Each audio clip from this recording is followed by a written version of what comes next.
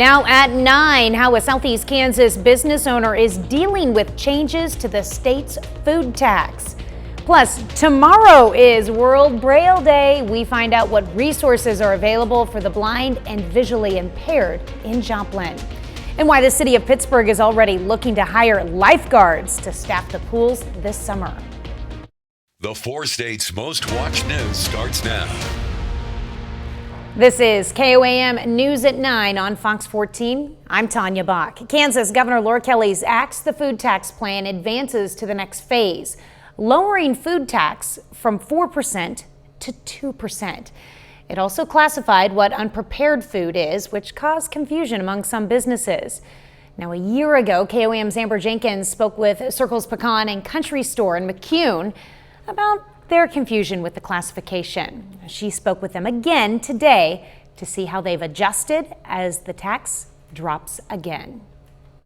Once we got everything, all the bugs worked out and figured out what was qualifiable and what was not, everything went relatively easily. It sure would have been a lot nicer to have a little more support from Department of Revenue, but we got it all figured out. Circles Pecans and Country Stores sells a mixture of prepared and unprepared food. The biggest issue for them was sorting through inventory to see which items qualified for the reduced tax. It was just that initial shock to the system that we all had to experience that was so hard and so difficult to understand. But now that we have everything in the system, it's just a matter of adjusting the tax percentage rate, and it retabulates throughout the rest of our product inventory. Kansas Governor Laura Kelly, who has championed their tax reduction, says it will continue putting money back in the pockets of every Kansan, $150 million just this year. Oh, absolutely. Everybody's always happy with the reduced tax, but the fact that Kansas is moving towards the reduced tax and eventually the tax exempt on a lot of their food items, that makes everybody fairly happy. Reporting in McCune, Amber Jenkins, KOAM News. The food sales tax is set to be eliminated altogether in January of next year. The Joplin City Health Department announces a contract with the state to continue providing WIC services for the 2024 federal fiscal year. WIC is Supplemental Nutrition Program providing services to pregnant women, new mothers, infants, and children up to their 5th birthday.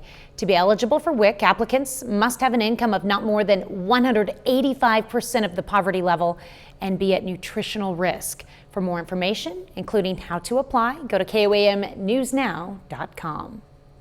Well, Chief Meteorologist Doug Heddy joins us with a first look at weather. Well, it turned out to be a pretty nice Wednesday for us today. We had quite a bit of sunshine after a frosty, cold start. Temperatures pretty good for us during the afternoon, which, hey, we'll definitely take. 48 is where we topped out, a little bit above our average high of 45 degrees. And if we look outside now, we're dropping back near 30 to mid-30s once you get into Joplin, and we are dry. 33 in Carthage, 35 in Neosho, Pittsburgh down to 29 in Parsons, Miami at 33 degrees. Now, we're tracking this storm system moving through Utah, moving into the southern parts of the Rockies. This storm system is going to start to affect us as we go into Friday morning. Until then, we look okay. Cold, frosty night again tonight. Overnight low of 27 degrees. And of course, we'll talk about those snow chances all coming up here in just a little bit. All right, thanks, Doug. Well, fire crews in Jasper County last night responded to a house fire on County Road 105 near Carthage. Neighbors reported significant damage to the home, but everyone inside made it out safely. Authorities say utilities were cut while fighting the blaze, so the family has been displaced. Missouri's 5-month annual legislative session began today, and top Republican leaders say passing more laws directed at LGBTQ plus people is not a priority.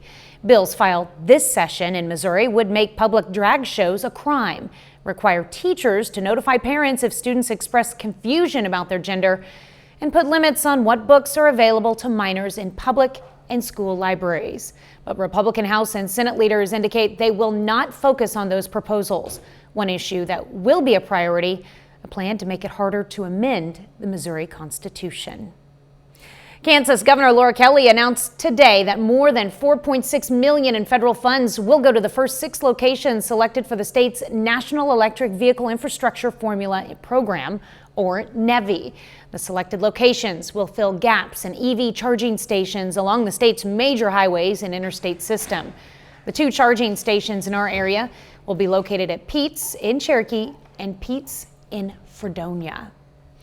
Well, tomorrow is World Braille Day. If you don't know what Braille is, it's the raised bump printed alphabet used to print materials for the blind. KOAM's Fernanda Silva spoke to a blind Joplin resident to understand why it's important to have resources in Braille. Blessed art thou among women, and blessed is the fruit of thy womb. Kahi Alford learned how to read in Braille when she was still very young. When I first started learning Braille, it's kind of difficult. But overcoming the challenges was worth it. I think that it's important for blind people to learn and be more independent. Independent. That's the key word when it comes to the importance of Braille. If they know how to read Braille, then they can find an elevator and know, what floor they're on and be able to get to what floor they need to go to. Same way with restrooms, so you know that you get in the proper one. For John Alford, Kahi's dad, knowing she can do things on her own is very important. We won't be here all the time to help her. Somebody's not going to be around all the time to help her.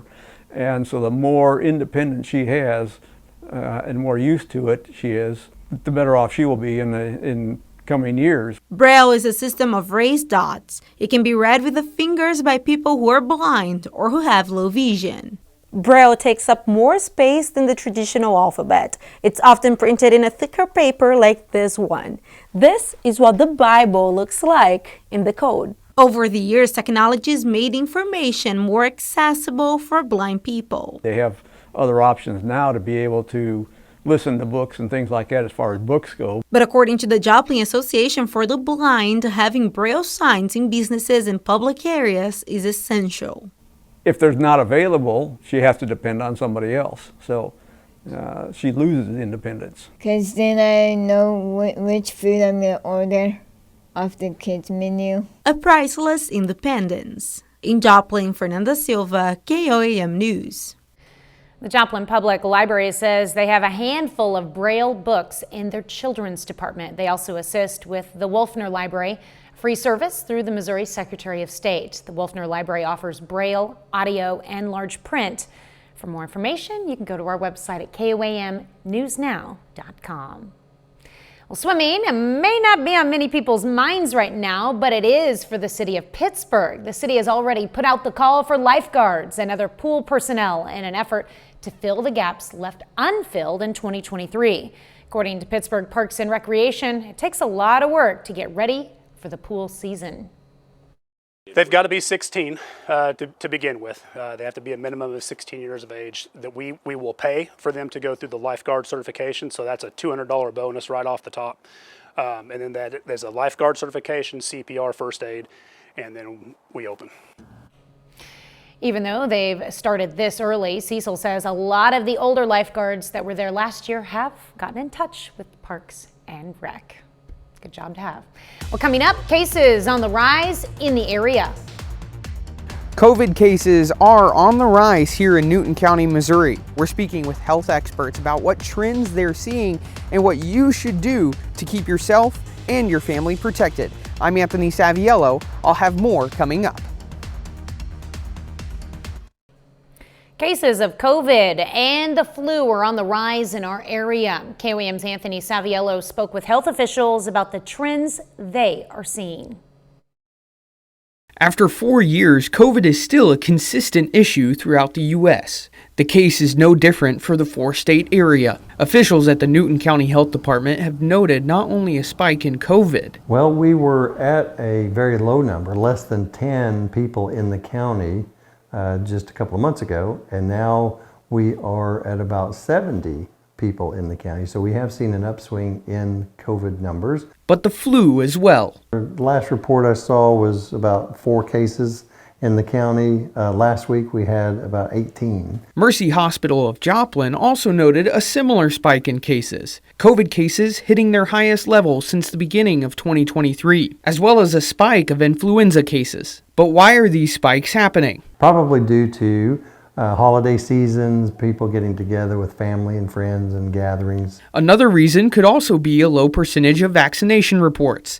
The CDC reports that the highest percentage of those in our area with their up-to-date COVID booster is Labette County, Kansas, at only 12.7%. Jasper and Newton counties all fall under 10% of those who are up to date on vaccinations. Vaccination is the best way to stay protected, but also those standard procedures, especially washing your hands, covering your nose and mouth when you cough or sneeze, staying indoors if there's a lot of sickness in the community. Those type of things certainly do help. Though 2024 has just begun, that COVID-19 is still here. It's still around, and it's still causing issues. Though symptoms may be mild, it's still important to take precautions and to keep yourself and your family safe and healthy. Reporting in Newton County, I'm Anthony Saviello, KOAM News. According to the CDC, COVID hospitalizations have not been this high since January of 2023. A major development in the treatment of a drug-resistant bacteria. The CDC says the bacteria known as crab can cause serious infections in the lungs, urinary tract, and blood. It thrives in medical environments and is resistant to most current antibiotics. But researchers from Harvard University and the Swiss healthcare company Hoffmann LA Roche developed a new type of antibiotic that can kill the bacteria. Well, Doug is next with a complete look at the forecast. And later, McDonald County baseball standout signs to continue his career at the college level are right here in the 4 states.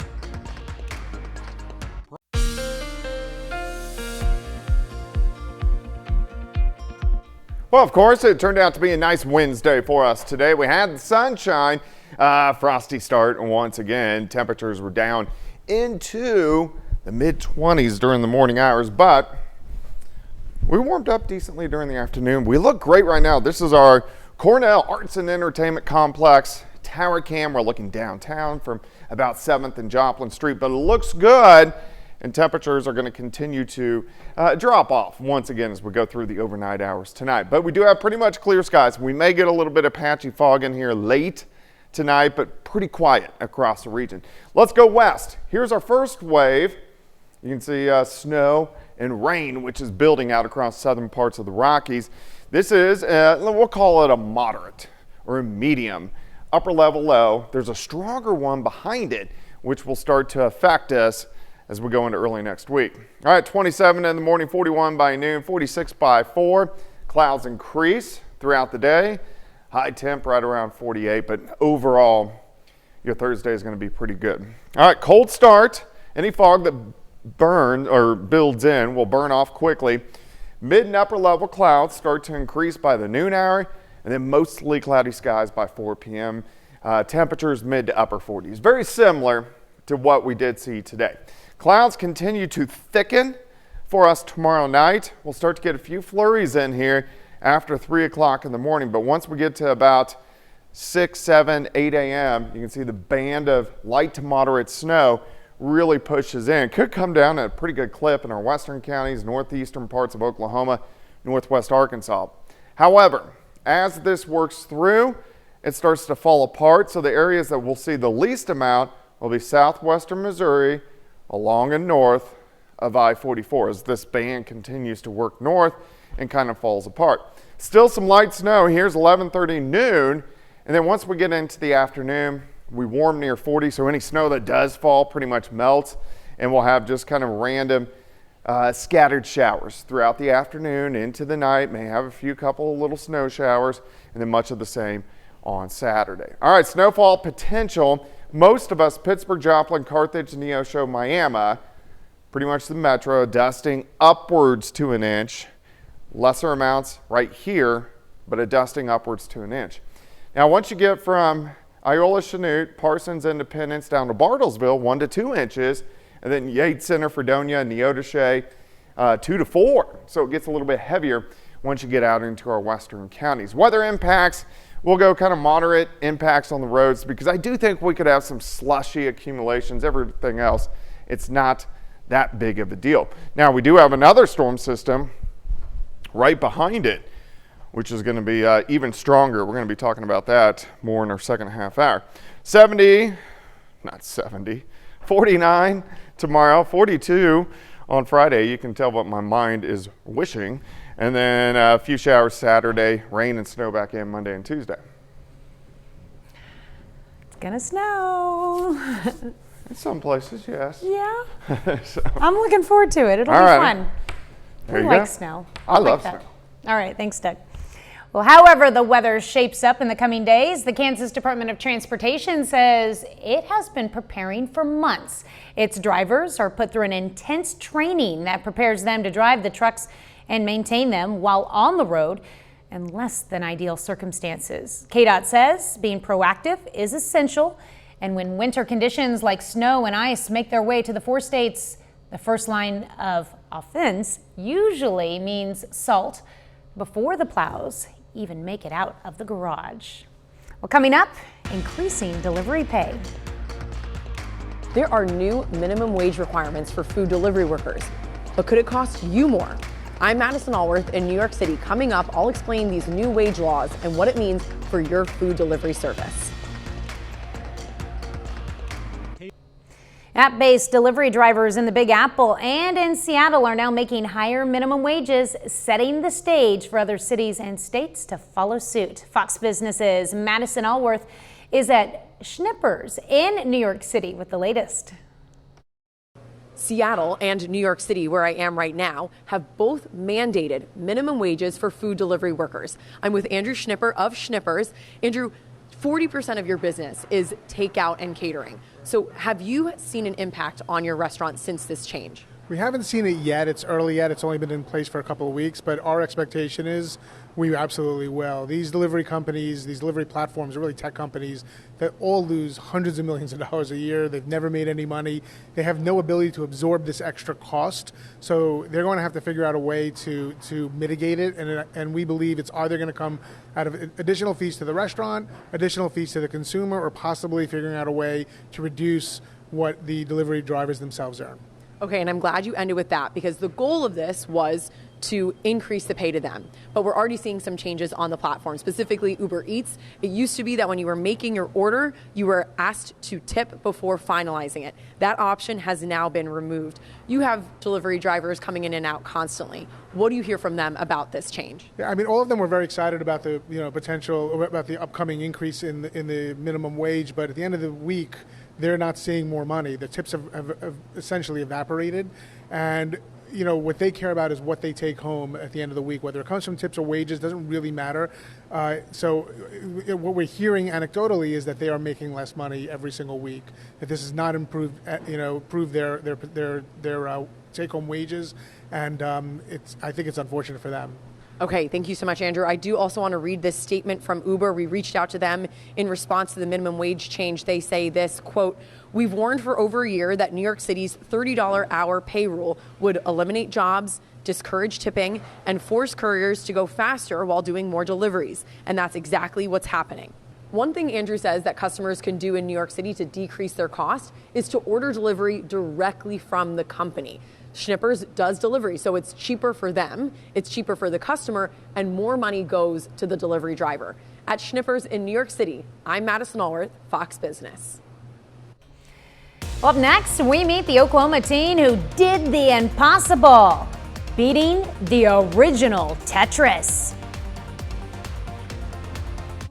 One Oklahoma teen has accomplished something no human has ever done before, beating the original Tetris. 13-year-old Willis Gibson yesterday shared the moment when he reached the game's kill screen on YouTube. His score was 999999 when he reached level 157.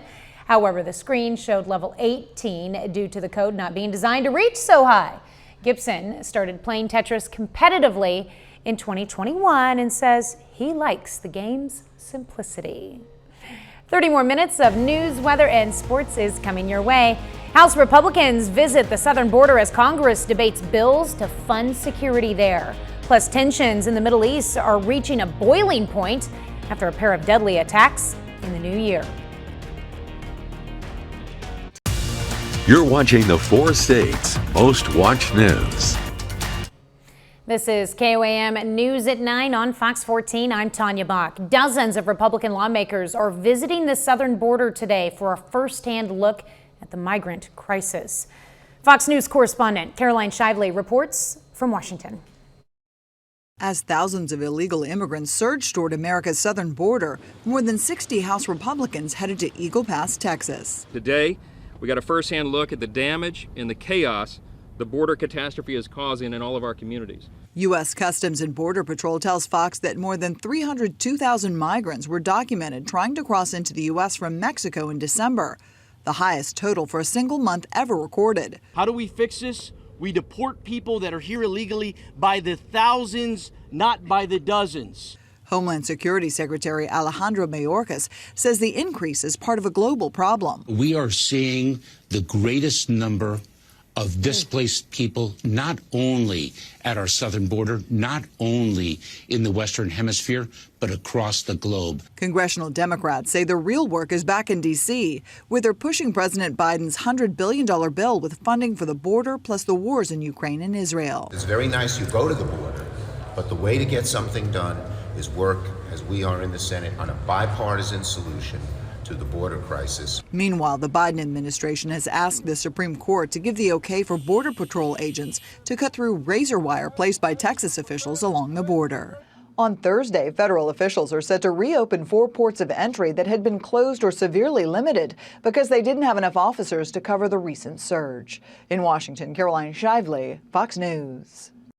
Well, investigators in Japan are dealing with the fallout from 2 major disasters. Officials are investigating how 2 planes collided at an airport in Tokyo, including one bringing aid to victims of a New Year's Day earthquake, which killed dozens of people.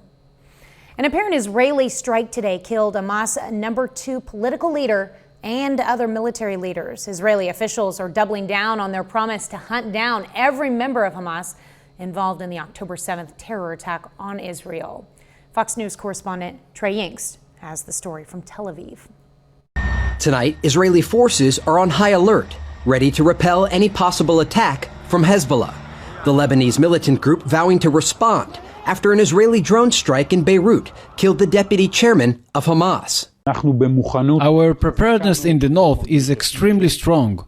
We're well prepared in all areas along the border with Lebanon, and we are currently focusing on fighting Hamas. A day after the death of Salah al-Aroukhri, the man in charge of maintaining Hamas's relations with Iran and its other proxies, Hezbollah leader Hassan Nasrallah threatened a response, saying the crime won't go unpunished. Nasrallah's speech comes as tensions boil across the Middle East, amid concern that the conflict could expand to a broader regional war. The risk that what happened in 2006 could happen again, an open war, is a risk that unfortunately cannot be ruled out. And what happened yesterday with the death of one of the leaders of Hamas is yet another factor that could push the conflict to escalate. State Department spokesman Matthew Miller echoing those concerns today from Washington. It is why we have sent this very direct message to Hezbollah, to other entities in the region, that now is not the time to think of escalating further. On day 89 of the war between Israel and Hamas, the IDF announced that it located and destroyed more Hamas cells in Gaza City. Nearly 3 months into the war, intense battles are ongoing, with new fighting focused around Gaza's second largest city of Khan Yunis. Despite reports to the contrary, Israeli officials say that negotiations to free the remaining hostages are ongoing. In Tel Aviv, Trey Yingst, Fox News. Well, a bit later, a look at the developments in the field of artificial intelligence and robots we can expect in 2024.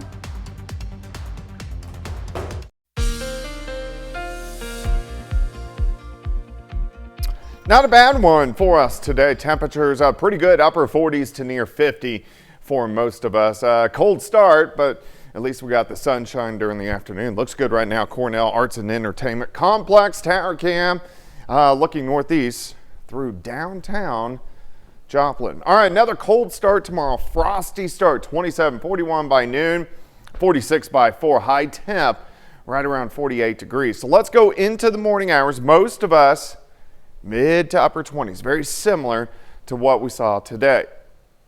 As we get into the noon hour, we get some mid and upper level clouds that start to increase, and then they thicken as we get into the afternoon. But I still think most of us for highs mid to upper 40s to near 50 degrees. Clouds continue to thicken as we go through the overnight hours for us tomorrow night. So we'll stop at 3 a.m. on Friday. You can start to see some light snow developing to our south and to our west. Most likely we'll be picking up flurries by this point in time, and then a band of light to moderate snow pushes northeast as we go through the morning hours. So coming down at a pretty good clip once you get into northeastern Oklahoma and then right along that I-44 corridor.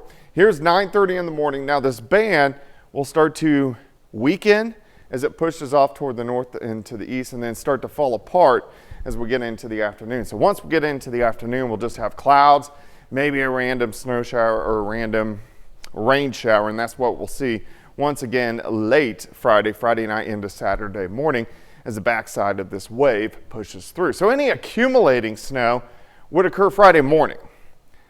It's not going to be a lot. Temperatures kind of hover near or just above freezing, and most of us are going to be in that dusting upwards to an inch. So we're talking Pittsburgh, Carthage, Joplin, Neosho, Miami.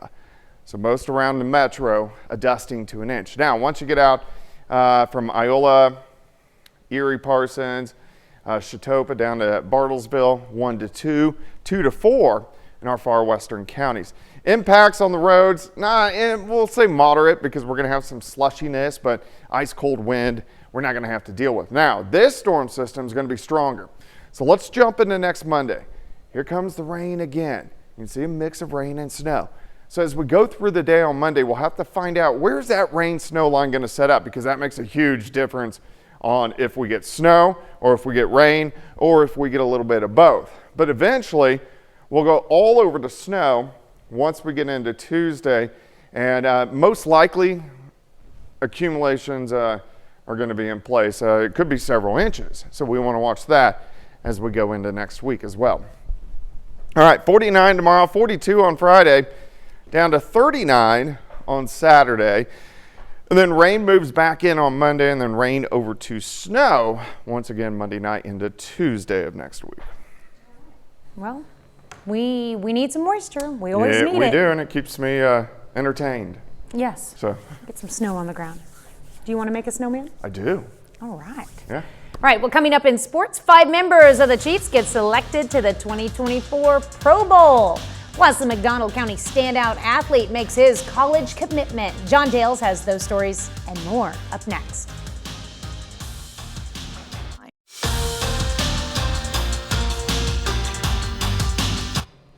Destin Dowd has been a fixture of the four-state sports scene for the past several years, and that won't be changing anytime soon. The McDonald County High School senior announces on Twitter this Tuesday he's committing to Coffeyville Community College. Now, according to his post, Dowd will be joining the Coffeyville baseball program.